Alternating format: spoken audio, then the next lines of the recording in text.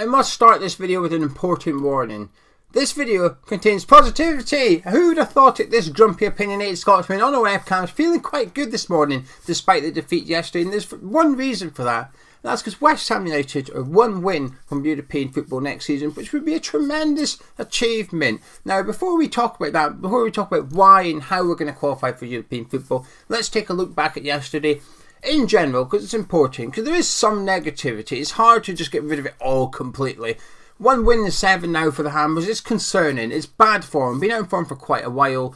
The results probably justify our performances, but I think it also reflects our fatigue a little bit. I think the season's starting to catch up with some of the players, and this is the bad side of a small squad, I guess. There is some perks and benefits to a small squad, but there's also some warnings and dangers, and I think we're starting to see that a little bit.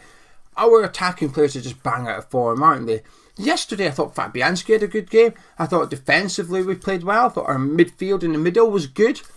Our striker was good. It's just a bit in the middle. I thought that was poor, really poor. And we're going to Frankfurt with no attacking players in form bar Jared Bourne. Jared Bourne is in fantastic form. Let's put him to one side. But let's look at the rest of the players. Said Benrahma? No. Pablo Fornals? No. Manuel Lanzini? No. Nikola Vlasic? No. Michail Antonio? No. Andrei Yarmolenko? No. It's not great, is it? Jared Bourne is our only attacker that I consider to be in good form at the minute. It's not good and it's not ideal. But yesterday's game is another one of them. You just think, if but and maybe, if only we'd done this, if only this player had done that, we might have got something from the game. And I think that's a reflection of how far we've come.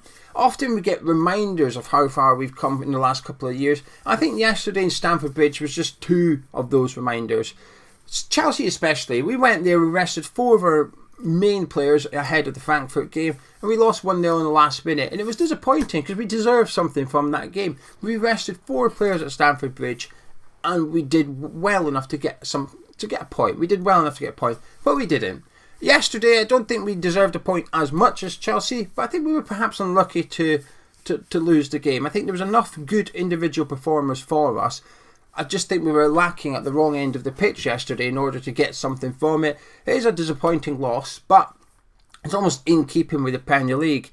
I think, obviously, Man City and Liverpool in a league of their own. Chelsea's been a bit indifferent, but they've been third for forever. I can get it. But below Chelsea, so Man United, Arsenal, Tottenham, ourselves and Wolves, we've been dreadful. As a group of teams, we have been dreadful for the last few months now. Whenever there's an opportunity to capitalise, none of us are taking it. Tottenham will lose, Arsenal won't win. Wolves will lose, we won't win. Man United will draw, we won't win. We lose, Man United won't win.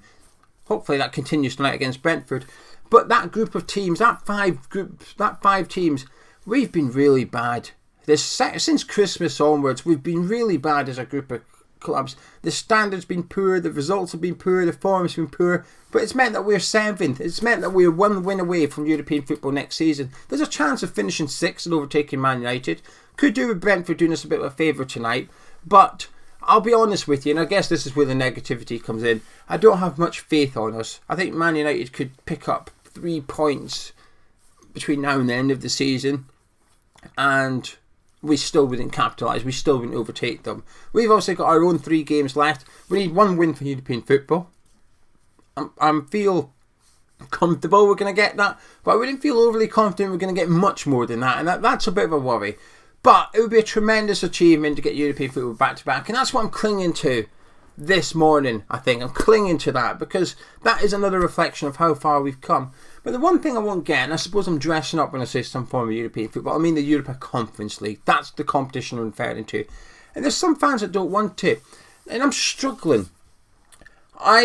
When people obviously have a different opinion to myself, on 99% of things, I get it. I can understand their thinking. They'll tell me their thinking in the comments. I will read it. I completely get it. I won't agree with them. It won't change my mind. But I get it. I don't have an issue with it. So let's just say, I don't know, Antonio starting yesterday. I would have liked Antonio to start prior to the game.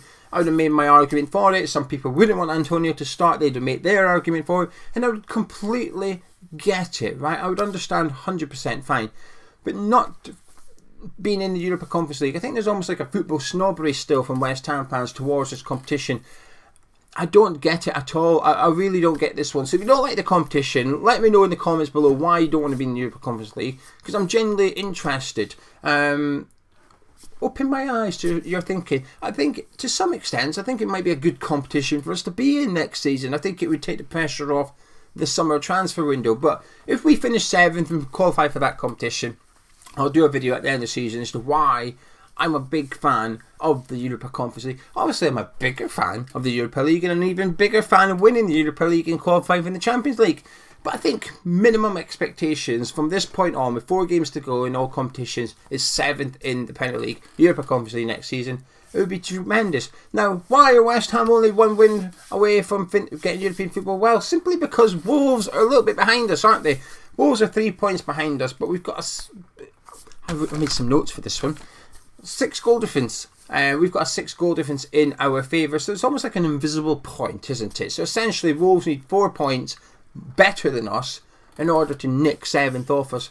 However, they've got 4 games to go, we've only got 3, so they do have that additional game. But looking at their fixtures, right, these are the Wolves fixtures, and as we go through them, do a little prediction in your head. Will Wolves win? Will they draw? Will they get beat? And then obviously at the end of your 4 predictions, you will have a points tally. Let's have a little look and see what you get. So their next game is Chelsea away. They can win that. Chelsea are bang out of form at the minute. Got beat by Everton yesterday. They only just beat us, drew against Man United, which is not a great result, during the week as well. So, okay, Wolves may win that game. Let's be generous to Wolves. I think it's important that we're generous to Wolves here. Next up, though, they've got Man City at home. Well, we can write that off. And then they've got Liverpool at home. I think we can write that off as well. I'm aware they're at home. I'm aware on its day the Molineux are fantastic ground. The home fans are fantastic. But Man City and Liverpool, I think we can all agree, are just levels above everybody else in the Premier League. They are ruthless. You know, we just saw Liverpool go to St James's Park on Saturday afternoon, rest Salah, rest Thiago, rest Fabinho, rest Trent Alexander-Arnold.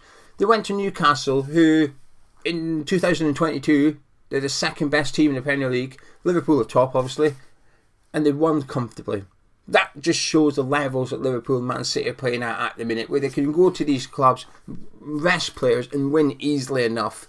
It's a bit embarrassing to some extent, isn't it? But I'm not going to give Wolves any points here. They're getting none. Just like we're not. We've got to play Man City. We're not getting any points from there. And then they finish, in between City and Liverpool, they've got Norwich. So they've got, I've got that wrong, haven't I? Chelsea away, City at home, Norwich at home, Liverpool away. Apologies. This is why I don't make notes sometimes. Even with notes, I get it wrong. So they've got Norwich at home. Now we're going to give Wolves the 3 points for that one. Okay, we have to. We have to give the Wolves the 3 points. I know you're going to make arguments as to why that would be a difficult game, but then you've got to use the same reasons as to why it's going to be difficult for West Ham next weekend, because we play Norwich away next weekend. So the reasons are applicable for both fixtures here. So at most, I think we can see Wolves getting 6 points, which obviously puts them above us. So that means we need to get a win. But should we get a win, Wolves would then need 7 points. If we beat Norwich, Wolves need 7 points for that 4 games to finish above us because of the goal difference.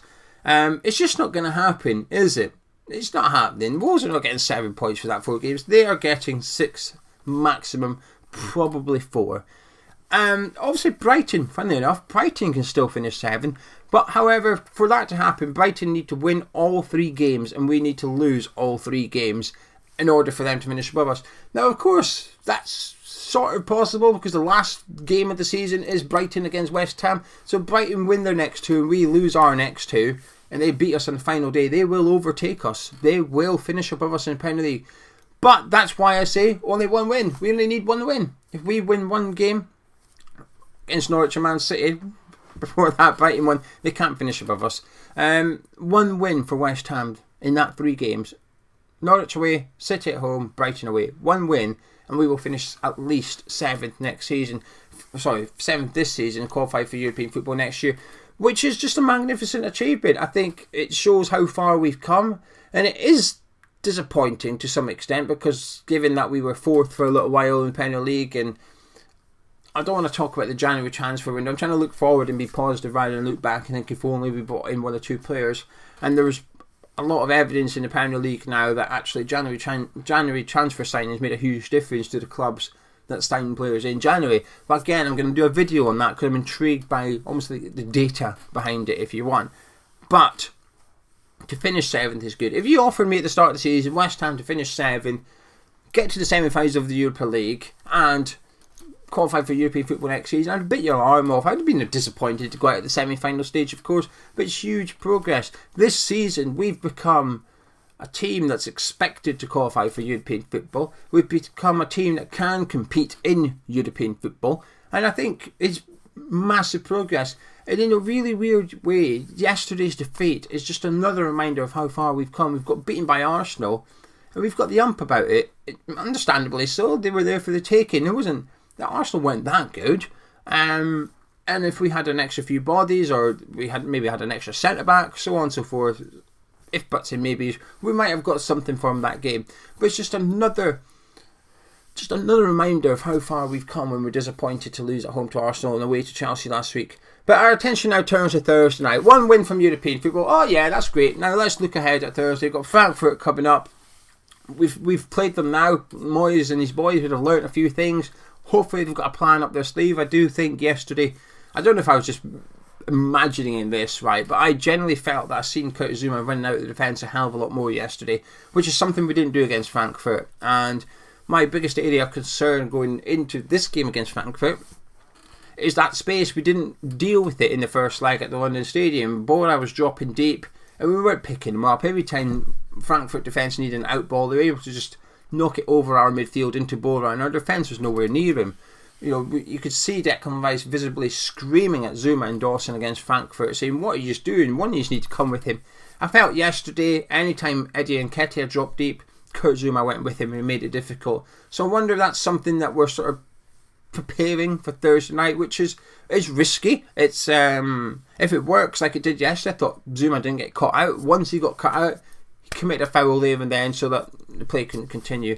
What I will say, I've seen the highlights back. I haven't rewatched the game yet, but I watched the highlights back. The ball does come off Rob Holding's arm for their goal. I'll be honest with you, I don't know how I sit with this one.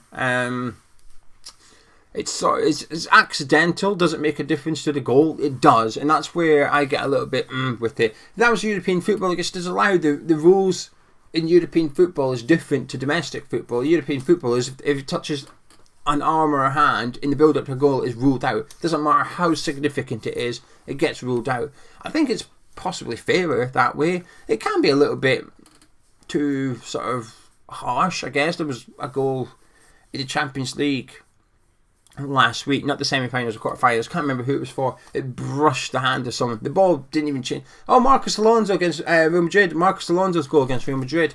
It sort of brushes his hand. It does slightly change the direction of the ball, but there was nothing you could do about it. The ball literally about a yard hit his hand, and then that got disallowed because any handball is out.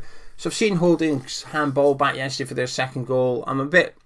I get why it stands. It's a frustrating one, that's all. But I can't get over. I can't get over Jared Bowen's booking. I just cannot. The more I see it back, the more I think that Ramsdale should be punished for that one. Initially, I thought maybe nothing. Maybe it's almost like the play just continues. Bowen doesn't get booked. Ramsdale doesn't get booked because of no contact. But in the rules of the game, there's dangerous play regardless of contact. Dangerous play, you get given an indirect free kick, and Ramsdale could get punished. And I think he should have got punished for that, Ramsdale. I think at least a yellow card. His studs are up. It's lethal. I'm aware Moyes has said maybe Bowen should have left the leg in. I think once Moyes sees it back more, I'd be surprised if he didn't change his mind, because I'm glad Bowen didn't leave a leg in. It's a potential leg breaker, that. I think it's just stupid from Ramsdale. And yeah, maybe it is a bit sour grapes on my part, but it's just one of them. I just feel a little bit hard done by yesterday. I feel like the attacking midfielders let us down yesterday. Like I said, goalkeeper, good. Defence, good. Centre midfield, good. Striker, good. Attacking midfield, just not good enough. We didn't create enough chances yesterday. We got the ball in the final third enough. We just didn't get the ball into the box enough. Frustrating, and that's worrying going to Frankfurt. One attacker in form as far as I'm concerned, but one win from European football next season, which would be a tremendous achievement. So we'll look forward to Frankfurt. The preview for the Frankfurt game will be up tomorrow, and then on Friday we'll have the Norwich preview up, which we need to win. We have to beat Norwich City. 1 win in 7 is not good enough, but if we could get 2 wins in the next 2, that would change our season completely, and it would be a successful season regardless of what then happens. Could give us Champions League football though. Anyway, I'm going to disappear. If you enjoyed this video, I hope you have. I've tried to be positive. I feel like I've just been negative for a lot of that video despite feeling positive. But I'm feeling good. One win from European football. One win from European football. I know it's the Europa Conference League, but trust me, I promise you, it'll be a good competition. Maybe not as good as Europa League, but it's a good competition. But if you enjoyed this video, drop a like on it, subscribe to the channel, and I'll catch you in a bit.